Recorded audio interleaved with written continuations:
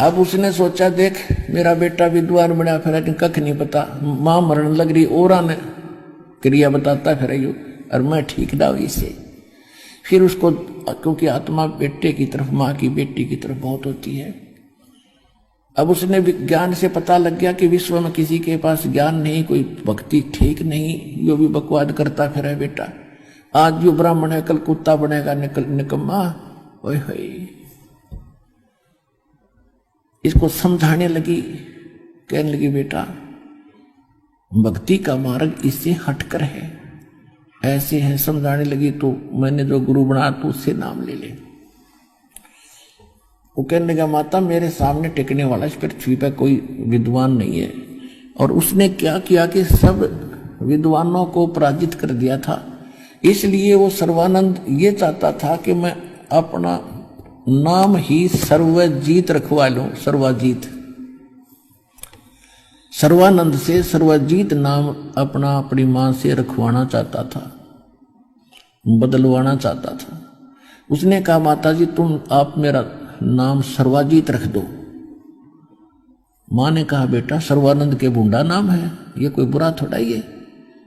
तो उसने कहा माता जी ऐसा ना, मैंने सारे पंडितों को, मंडलेश्वरों को, विद्वानों को शास्त्रार्थ में, वेदों में, पुराणों में पराजित कर दिया है, और मेरे नाम से ही सब अपने आप विदित हो जाए कि ये सर्वजीत है जिसने सबको जीत लिया।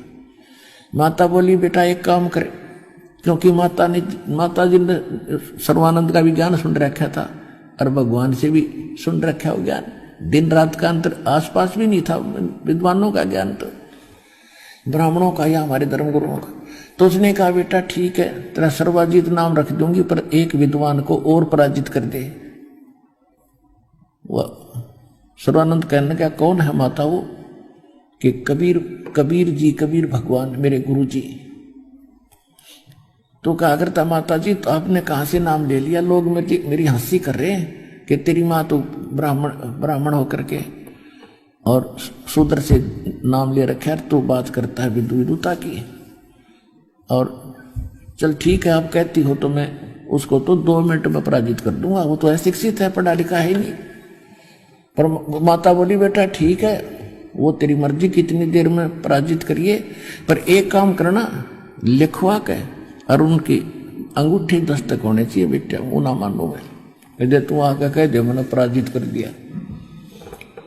सर्वानंद पहुंच गया वहां पर, क्योंकि साथ में रखा करता वो सारे वेद ग्रंथ, 4 वेद, 18 पुराण, श्रीमद् भगवत गीता, उपनिषद, और एक बैल के ऊपर जैसे गधे का बोरा होया करे ऐसा एक थैला डाल लिया करता था उसपे, और सारे उसमें लाद के और बैल को साथ लेके चलता था। अब जून का महीना दुल्हाओं की कॉलोनी में जाना, क्योंकि परमात्मा से शास्त्रार्थ वही हो सकता उसके घर पे, क्योंकि तुमने यूं सोचा था मैं गया आया वैसे 2 मिनट ना, तो शास्त्रार्थ के लिए समय रखा जाता है, कोई स्थान निहित किया जाता है। उसने जल्दी होगी ठीक फटाफट उसको हरा दूंगा और मां से सर्वजीत नाम रखवा दूंगा।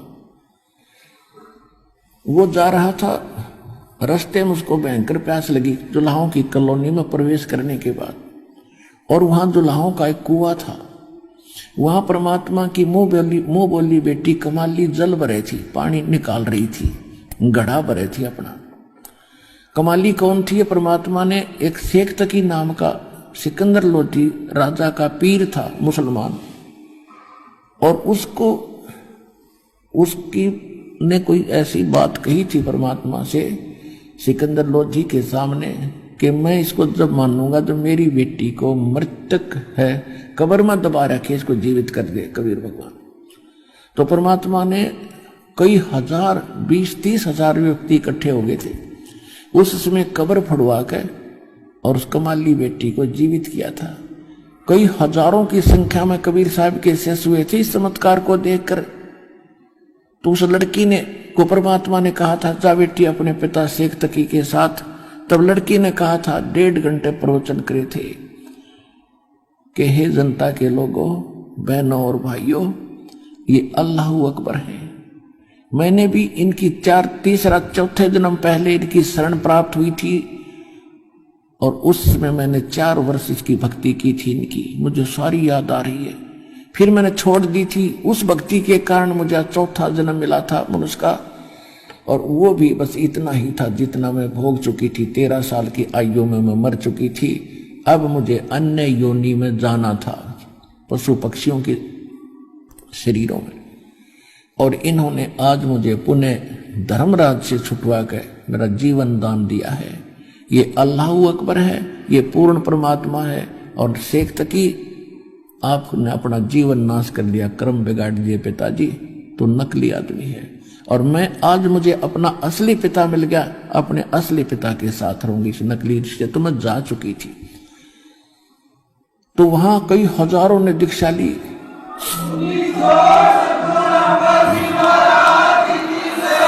तो उस लड़की 12-13 वर्ष की लड़की को अपनी बेटी के रूप में परमात्मा ने रखा, उसके आगे संस्कार बनाए।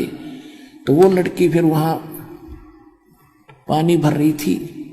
अब हम अपने पिता को भूल गए और हम कितना कष्ट उठा रहे थे।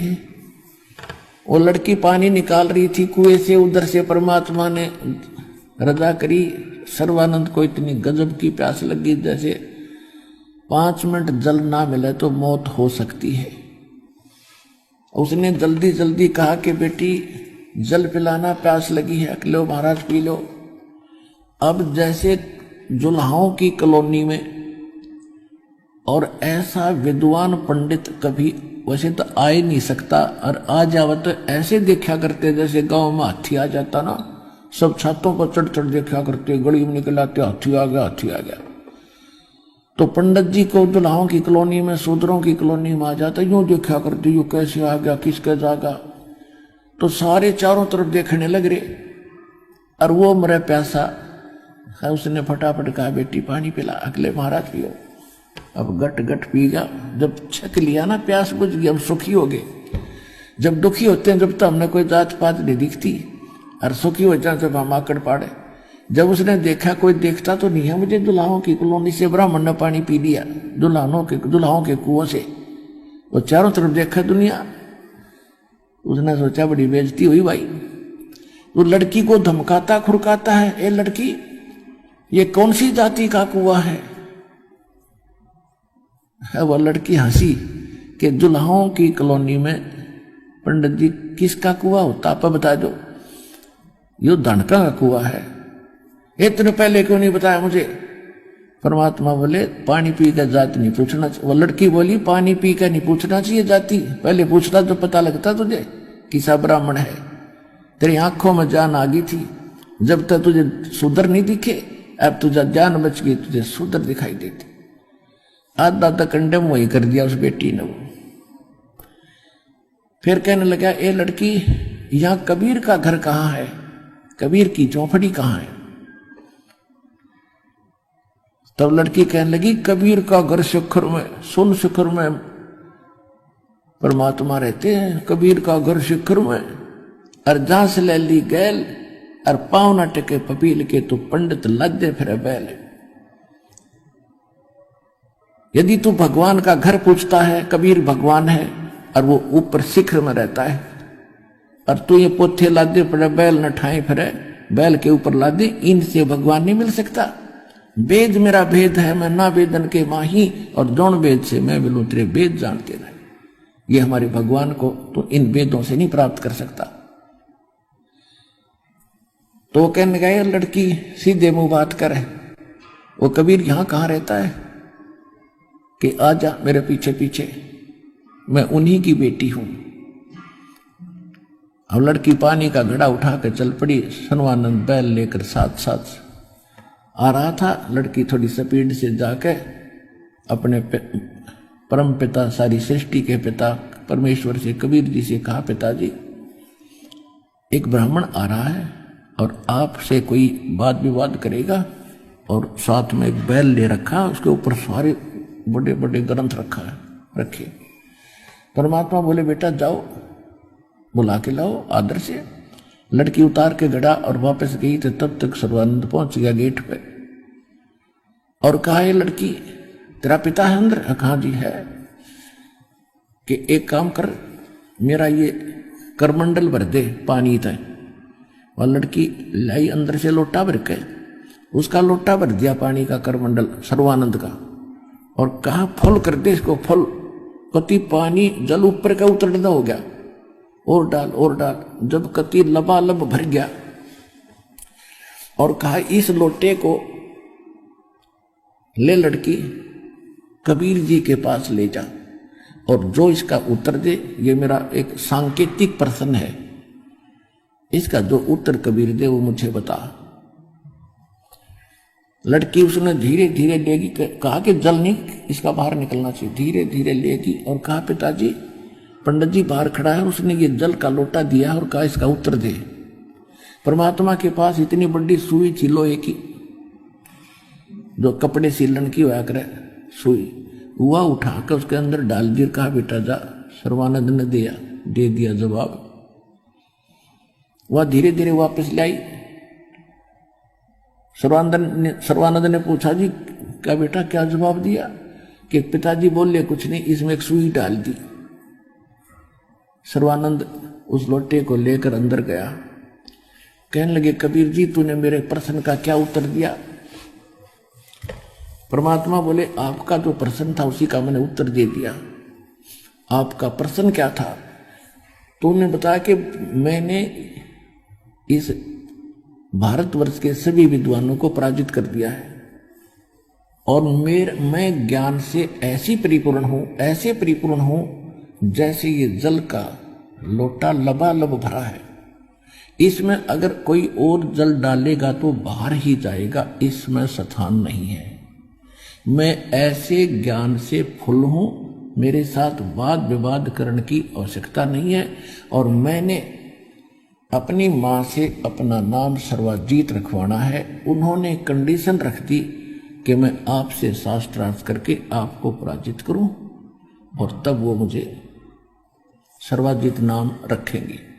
तो इसलिए मैं आपको सतर्क कर रहा हूं कि मेरे साथ वाद विवाद करने की आवश्यकता नहीं है, मैं ज्ञान से परिपूर्ण हूं। परमात्मा बोले अब मेरा उत्तर सुन ले। मेरा ज्ञान इतना वजनदार है, ऐसा सॉलिड है, जैसे मैंने सुई डाली तेरे लोटे का पानी बाहर निकल गया, इसके तले में जाकर बैठ गया सुई।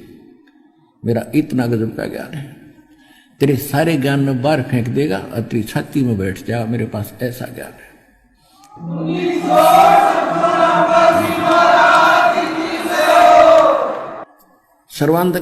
सर्वानंद जी ने कहा कि प्रश्न करो।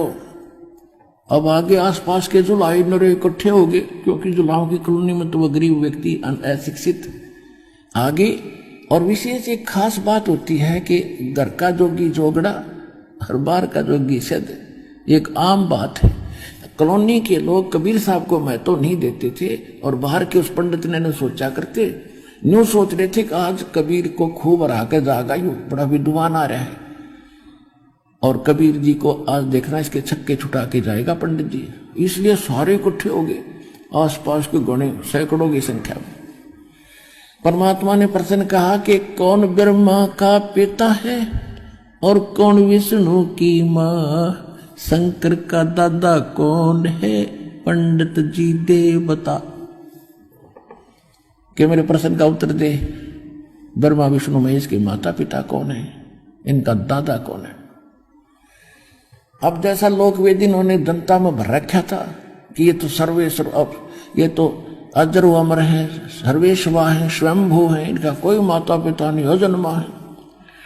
परमात्मा ने कहा कि देवी भागवत के 3 स्कंद का वो फलाना पृष्ठ उठा कर देख, 123 नंबर, उसमें क्या लिखा है।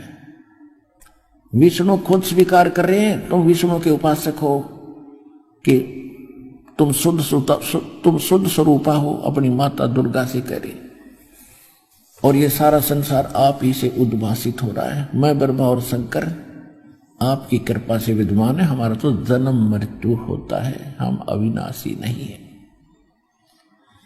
वो साथ ले रहा था, तो ये तो कहते हैं वही परमात्मा वाली बात है कि मोती मुक्ता दर्शत नाही ये जगह सब अंतरे दिखत के तन्ने चश्मिन के फिरा मोतिया बंदरे। सारे शास्त्र गोट रखे सब